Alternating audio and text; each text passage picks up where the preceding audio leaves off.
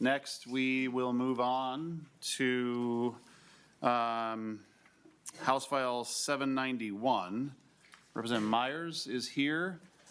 I don't see treats. That could be a tragic. I brought donuts last time. I don't remember getting any treats. Okay, I don't eat donuts, but so since Representative Myers is not a member of the committee, Chair moves House File 791 to come before the committee. Representative Myers.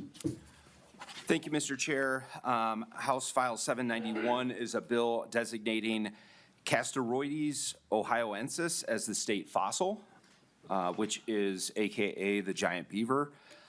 This is a bipartisan effort, so I do want to thank co-authors on this, which are Representative Cagle, Olson, and McDonald, and there is an A1 amendment. Very well. The A1, Chair will move the A1 to your amendment. Thank you, Mr. Chair. What this amendment does is also provides the name both in Dakota as well as Ojibwe. Members, conversation to the A1. Seeing none, all in favor? Aye. Opposed? Okay, Representative Myers, to your bill as amended. Thank you. I'm going to let the testifier do most of the talking, but Minnesota is, one of only a handful of states that does not have a state fossil. And my testifier kind of take away from there of why this one has been chosen. Thank you. All right, please introduce yourself for the record and proceed. Thank you. I'm Dr. Alex Hastings, the Fitzpatrick Chair of Paleontology at the Science Museum of Minnesota. I see state symbols as a wonderful educational opportunity where we can introduce new things to our kids as they're growing up through the school system in particular, as well as everyone else in the state. And for that reason, we would love to bring forward a state fossil. We are one of 4 states that does not have one, and we'd like to fix that. We carried a vote a couple of years ago in order to make a decision on what that fossil should be. We got more than 11,000 people to weigh in on what that should be. Great representation across the state, and there was a very, very clear winner. It was none other than the giant beaver here, Castoroides. It is a fantastic choice as a resident of Minnesota here during the last ice age, dying out just a bit over 10,000 years ago.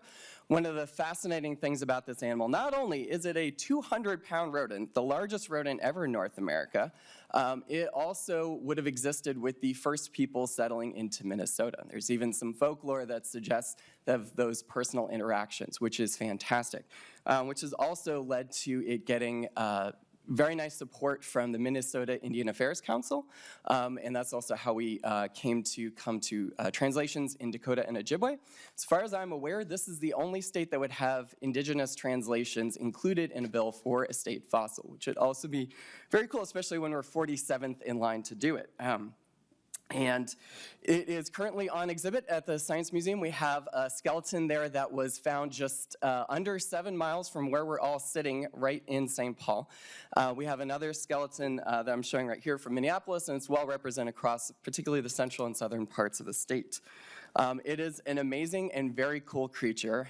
No other state has anything like this, and I think this could really set the bar for Minnesota with a really cool thing that we can all be behind, and everyone gets to learn about the amazing fossil record of Minnesota. Thank you for your testimony. We will move to member questions. Anybody? Very well. Okay. Representative Myers, am I correct that you've got folks watching from some remote location?